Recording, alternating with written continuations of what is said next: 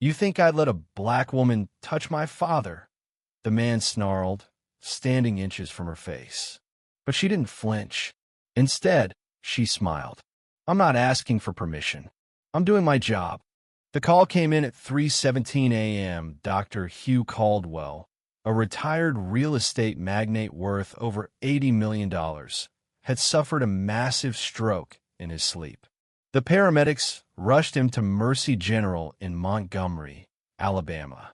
By 4:05 a.m., he was in ICU room 7, attached to a ventilator, silent and unmoving save for the flutter of the heart monitor. Nurse Alana Pierce was already there. Tall, poised, and commanding even without trying, she adjusted the man's oxygen tube with practiced grace. Her dark skin contrasted the sterile white of the sheets. Her voice was low when she spoke, full of focus and subtle fire. She didn't need to say much. People listened when she moved. By 6:30 a.m., the vultures arrived. "Excuse me," barked a sharp voice as the automatic doors hissed open. A woman in pearls and pink heels came strutting in, clutching a Louis Vuitton bag like a weapon. "Where's the attending? Where's the real doctor?" Alana looked up, eyebrow arching, hands still busy with Hugh's 4. "He's in surgery," she replied calmly. "I'm a charge nurse on rotation. You must be family." "I'm his daughter," she said, scanning Alana like she was filth. "Caroline Caldwell. And I prefer if someone else handled my father." The words weren't new. Alana had heard them countless times in her 14 years of nursing, but they always landed like a slap. "I'm the most senior critical care nurse on this floor," Alana said. "Your father's stable for now. I've got him." Caroline's lips tightened. Behind her, a tall man in a gray blazer stepped forward. "We'll be speaking with the hospital administrator. My father is not comfortable around your kind." Alana didn't look at him. She didn't need to. "He's unconscious," she said, "but I'll make sure he wakes up, or at least has the chance." The door to ICU room 7 closed with a soft click. Inside, it was just Alana and the old man. The room hummed with machines and death's patients. She adjusted the feed on his monitor, whispering something under her breath. A prayer, or maybe a warning. By noon, the family had made noise. Legal threats, demands, even subtle bribes to transfer Hugh to a private clinic in Birmingham. But the attending physician, a weary-eyed Vietnamese man named Dr. Tran, refused. "She's the best," he said simply. "You move him now, he dies. She stays." It wasn't a suggestion. Back inside, Alana stayed at Hugh's side. She adjusted his meds. She monitored swelling in his brain. She noted slight changes in pupil reaction, temperature, reflexes. But more than that, she spoke to him. "You don't know me," she said, dabbing sweat from his forehead, "but I know your type. Born with everything.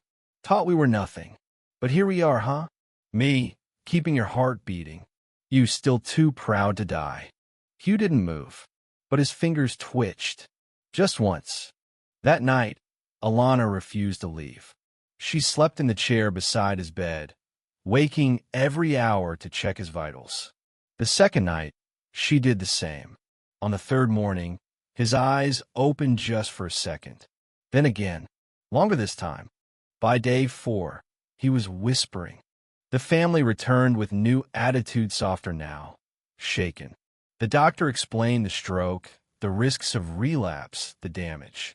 He pointed at Alana. She kept him alive. There's no other way to put it. Caroline looked at her father, then at Alana. She didn't say thank you. She said nothing at all. It was Hugh who spoke, voice hoarse as gravel. "I want her to stay." The son, Brandon, leaned in. "Dad, we can get private care top of the line. We can move you." "I said I want her," Hugh repeated. "She saved me. None of you were there." She was. That afternoon, Alana sat beside him with a bowl of pureed peas and mashed potatoes. He winced at the food, but smiled when she teased. "Now you're going to learn how to eat like a poor man." He chuckled. It sounded like gravel breaking apart. You know, he rasped, I built my fortune off land I stole from black families. Whole neighborhoods. They didn't even know it was happening until it was gone. My father taught me that, and his father before him. Alana didn't respond. I don't expect forgiveness, he continued. But I want to understand. Before I go. That was the moment it changed. Not just for him. For her. For his children, who began visiting more often but said less each time. For the hospital staff, who watched from the shadows and re-evaluated their own biases. For the other patients who saw something they hadn't seen before, a white man learning how to listen and a black woman refusing to back down. Over the next week, he asked questions about her childhood, her mother, her schooling, the men who mocked her, the patients who ignored her, the promotions she was passed over for, and the ones she earned anyway. She told him everything, and he listened. He started writing letters, long, detailed ones, to lawyers, to land commissions, to local black churches and community boards. No one knew what they said, only that they were handwritten and sealed. When his children asked what he was doing, he simply said, making it right. And then, one morning, he was gone. Heart failure. Peaceful. Quiet. Alana was there, hand on his wrist. The lawyer came the next day, holding a folder that made the Caldwell siblings go pale. Inside was a will rewritten days before his death. It named Alana Pierce not just as caregiver, not just as nurse, but as executor of his community restitution trust, valued at $12 million. She helped me live, the letter read, in shaky cursive. So I want her to help me make things right after I'm gone. The room was silent. Brandon stood up first, fists clenched, jaw tight. You manipulated him. Caroline's voice cracked. This is insane. She's a nurse. The lawyer nodded. And now she's a trustee, unless you wish to contest the will and go to court. Publicly. They didn't. Alana didn't speak during the meeting. Not once. But when it was over and the family had left, she opened the folder one last time. Inside was a photo one taken quietly on the second night. Hugh asleep. Her beside him. Eyes closed. Hand on his chest. Scrawled on the back were just 4 words. I knew. Thank you. The media got wind of it within days. At first, it was just a blip on the local news. Nurse named executor in unprecedented will. But then came the angle. The story sharpened its claws and caught national fire. Black nurse in Alabama inherits Millionaire's trust to help black communities. The headlines varied. Some are curious, others condescending, a few spitting venom. The networks brought in legal analysts, race scholars, former nurses, white men in suits. But Alana stayed quiet. She didn't do interviews. She didn't tweet. She didn't go on talk shows. She went back to work. Same hospital, same floor, same uniform. But everything had changed. Some doctors treated her with newfound reverency over compensating in awkward attempts to appear enlightened. Others glared. One white nurse muttered under her breath as they passed in the hallway, "Guess sleeping your way to the top still works." Alana didn't stop walking. She didn't need to defend herself. The work would. The trust funds began to roll out. Quietly, precisely. Hugh had spent his final days mapping it out with help from Alana and a civil rights attorney she connected him to. The money wasn't hers, it was the community's. Every dollar accounted for. A medical scholarship fund for black students at Alabama State University. A mobile clinic serving rural black towns in Lowndes and Wilcox counties. A housing initiative to restore ownership rights to black families whose lands were seized during mid-century redlining. The Caldwell name was on none of it. That was her condition. She told the attorney, he can get it back, but he doesn't get applause for it. And still, the family wasn't done with her. A month after the funeral, she received a letter, then a summons. Brandon Caldwell versus Alana Pierce. contesting undue influence and mental incapacity. She sat in the courtroom with her lawyer, a black woman named Marlene Cooper, who had taken the case pro bono. Brandon's team included 3 attorneys in tailored suits and 1 smirking consultant flown in from Atlanta. They painted her as a manipulator, a schemer, a nobody from Selma who wormed her way into a rich white man's good graces in the twilight of his life. They showed photos her feeding Hugh, her sitting beside him late at night. They called it overfamiliar. They called it inappropriate. Marlene stood, her voice cool. What they call inappropriate, I call compassion. What they call manipulation, I call listening. And what they call a scheme, I call service 14 years of it. Alana didn't testify. She didn't need to. The hospital staff came in droves. Doctors, janitors, fellow nurses, even patients. Each told the same story. She was the most dedicated nurse they'd ever seen. Then came Dr. Tran. He took the stand and told the court, if it weren't for her, Hugh Caldwell would have been dead before morning. And frankly, if more of us listened to nurses like Alana, our system wouldn't be bleeding out. 2 days later, the judge ruled in her favor. Outside the courthouse, reporters swarmed. Alana, any comment on the win? Will you accept book offers? Is it true you turned down a network deal? She paused only once, turned to face them, and said calmly, I don't want a story. I want a system that doesn't need saving one white man at a time. Then she walked away.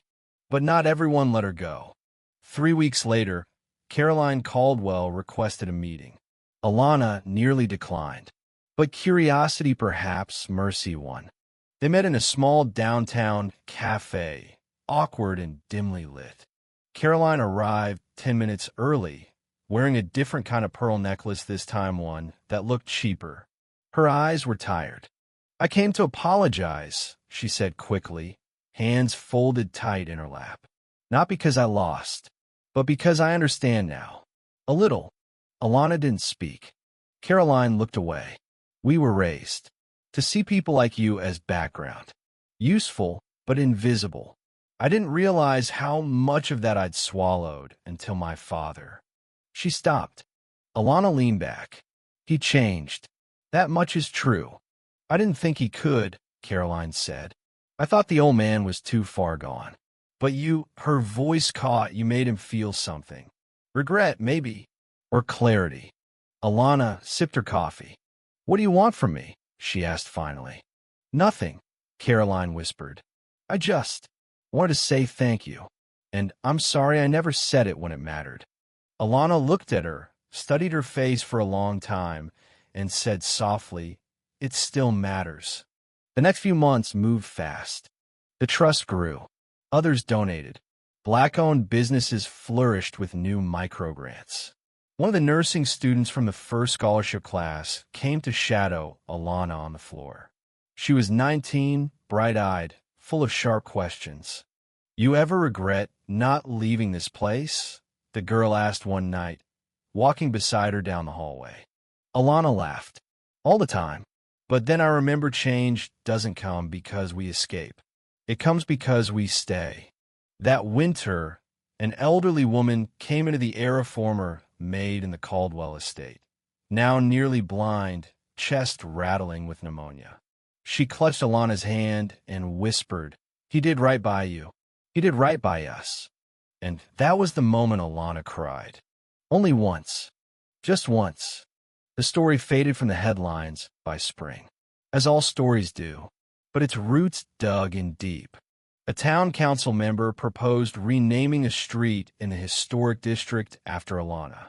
She declined. Name it after my mother, she said. Evelyn Pierce. She cleaned houses her whole life so I could stand in a room and be heard. They did. Pierce Street now runs beside the community clinic in West Montgomery. And inside that clinic, beside the front desk, there's a small photo. Not of Hugh, not of the Caldwell estate, but of Alana, in scrubs, standing over a man's hospital bed, her hand on his heart. The caption is a simple quote. I can help you. But it's the handwritten note below taped quietly beneath the frame that lingers in the memory of anyone who reads it. Helping doesn't mean forgiving. It means daring to believe they can be better, and daring to make them prove it. A year passed. The trust fund was no longer a story, it was a movement. They called it the Hugh Caldwell Redemption Project, though Alana never liked the name. She preferred the nickname the younger volunteers gave it, the help that stayed. Every month, she'd visit one of the sites the trust supported, not as a figurehead, as a nurse. She rolled up sleeves in community clinics, sat on the floor with children at the literacy center, held the hands of elderly black women at mobile health screenings who still remembered the days of colored entrances. At every stop, someone would approach her, quietly an elder, a single mother, a student, and say the same thing. We see you. But beneath the surface, pushback brewed. Wealthy donors who felt embarrassed, local officials who lost influence, and white families whose generational wealth had never once been questioned until now. One of them was the Sinclair family. The Sinclairs had owned land adjacent to the original Caldwell estate. They prided themselves on clean business and Southern dignity. But old court records unearthed by a local investigative reporter, inspired by Alana's work, revealed something else. Dozens of black families had been pressured off that land by shady Sinclair land agents in the 1960s and 70s. No records of sales, no deeds transferred, just disappearances. And now, thanks to a portion of the Caldwell Trust and a tenacious team of legal interns mentored by Alana, those descendants were demanding their land back. Lawsuits began. The local paper called it a reckoning in the Cotton Belt.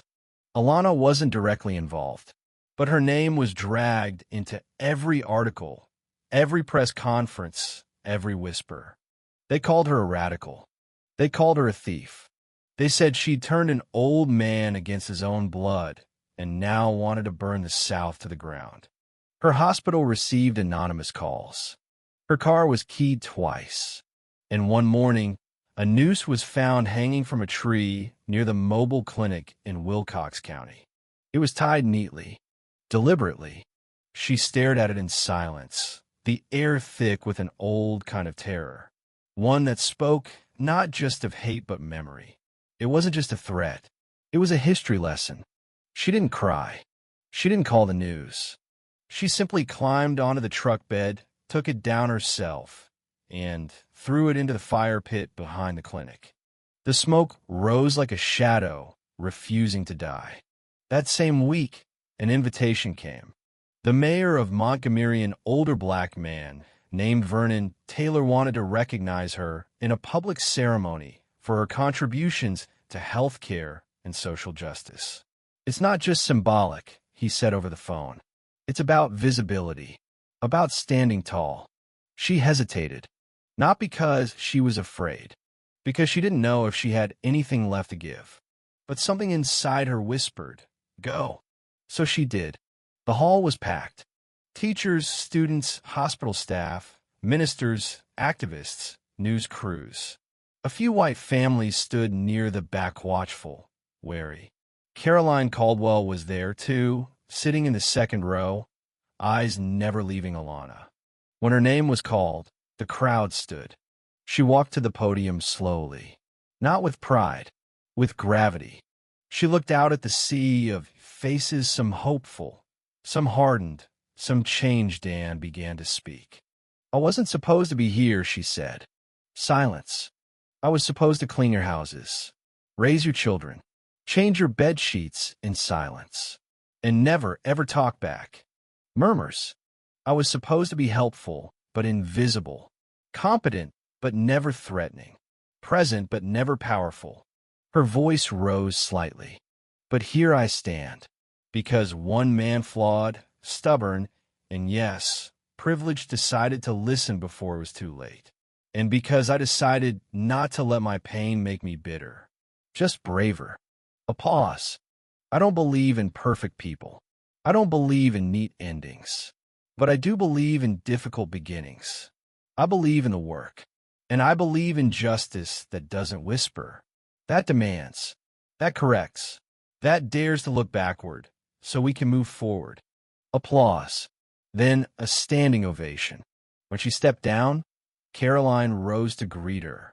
For the first time, her voice trembled. He would have been proud. Alana nodded. He was proud, but more importantly, was accountable. Caroline nodded slowly, tears forming.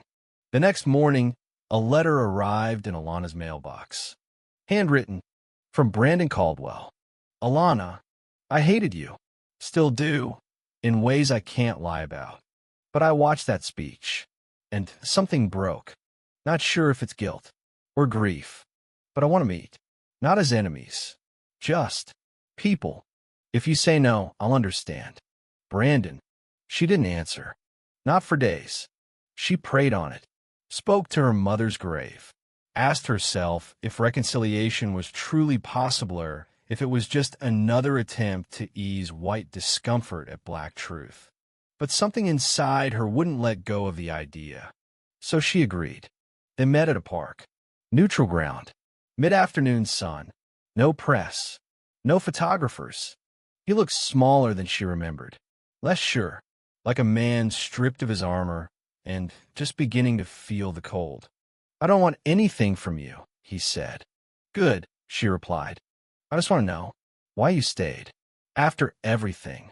She looked at the trees for a long moment, then back at him. Because healing doesn't happen by accident, she said. And history doesn't rewrite itself. Somebody's got to stay and do the damn stitching. He nodded. I want to help. If I can. She stared hard at him. Then start by listening. Not defending. Not explaining. Just listen. He did. And for the first time in their tangled, painful history didn't interrupt. That night, she wrote a journal entry. It read, some wounds don't close, but they stop bleeding when someone finally holds the bandage long enough. A year later, Brandon had donated a portion of his inheritance to expand the medical mobile units into Mississippi. Quietly.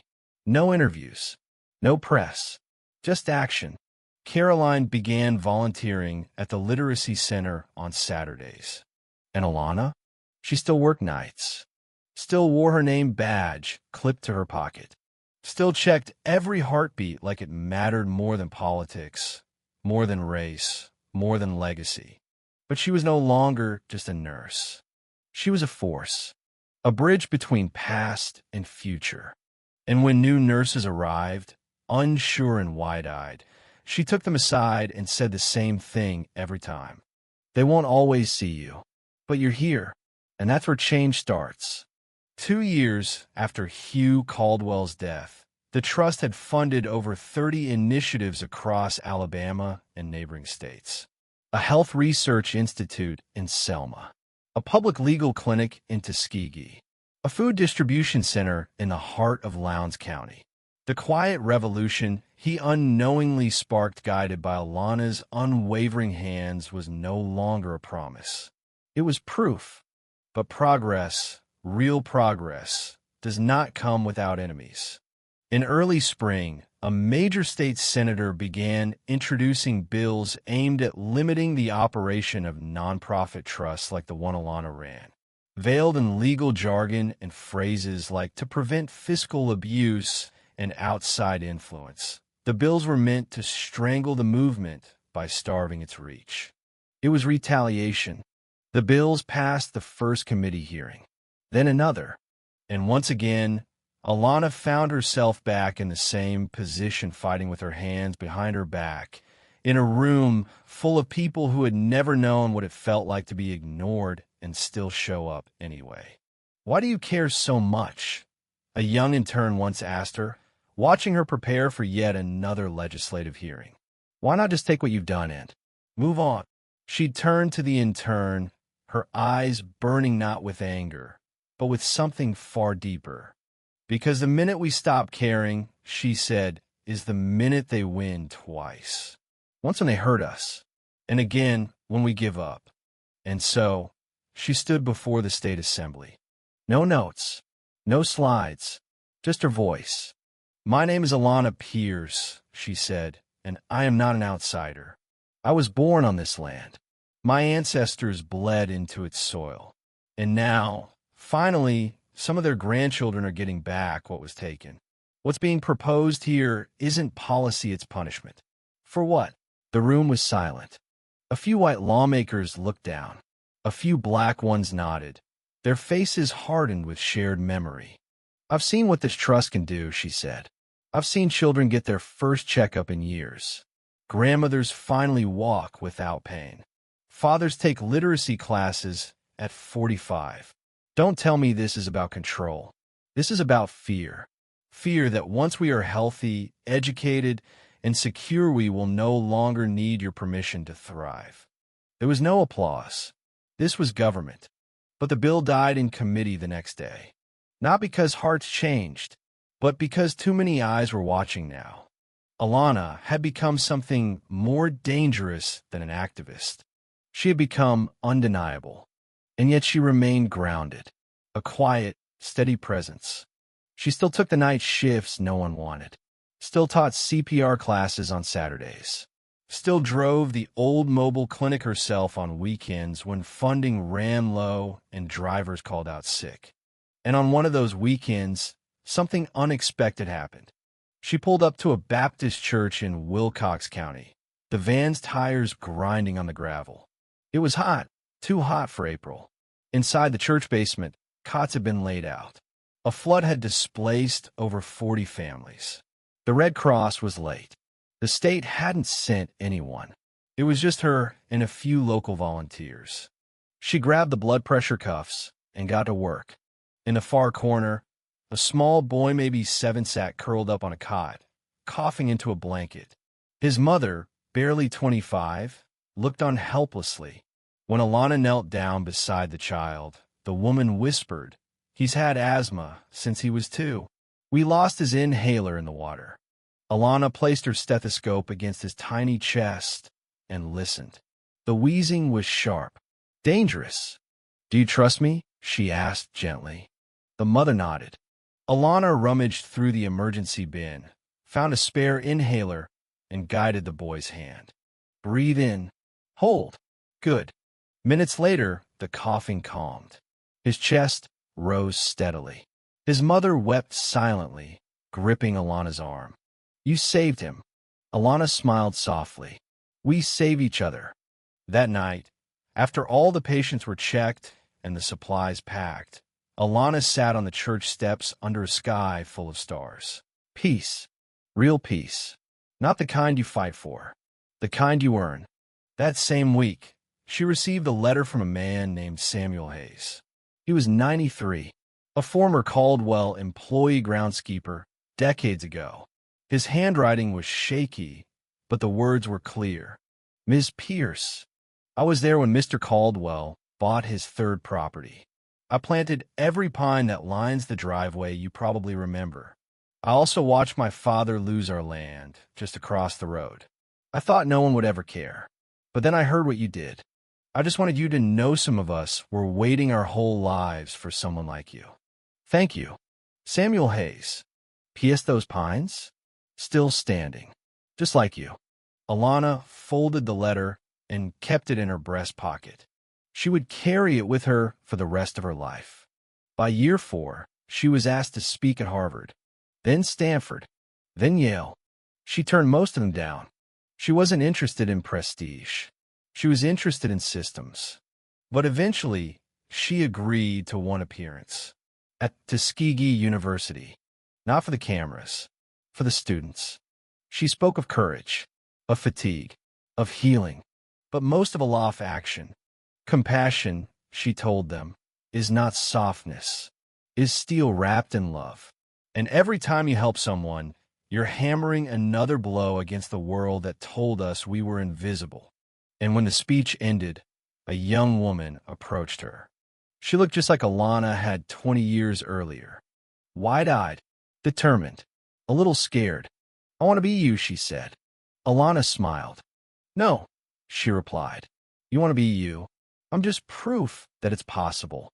On the 5th anniversary of Hugh Caldwell's death, Alana was invited to a private memorial held at the site of his old estate, now a public historical center and youth leadership camp funded by the trust. His children were there. Brandon had changed. He was quieter now, gentler. Caroline ran a local nonprofit in Birmingham focused on literacy and land justice. They greeted Alana with a long, silent hug. A reporter asked for a quote. She declined. Instead, she walked through the halls of the refurbished mansion. It no longer held antique paintings or family heirlooms. Now it held archives of Black Alabama history, maps of stolen land, portraits of forgotten heroes. At the center of the hall was a small glass case. Inside it, Hugh's final handwritten note. Let them say I listened. Let them say I tried. Let them say she helped me become the man I should have always been. Outside, under the shade of one of the pine trees planted long ago by Samuel Hayes, Alana sat alone. The breeze was gentle. The work was far from over. But she'd done something rare in this world. She turned pain into purpose. And that purpose had taken root. Now, it would grow with or without her. Because truth is contagious. Because healing, when chosen, multiplies. Because sometimes the most radical thing you can say to power is, I can help you, and then prove you meant it. Thank you for listening. If you find it interesting, please like and subscribe to follow the next stories.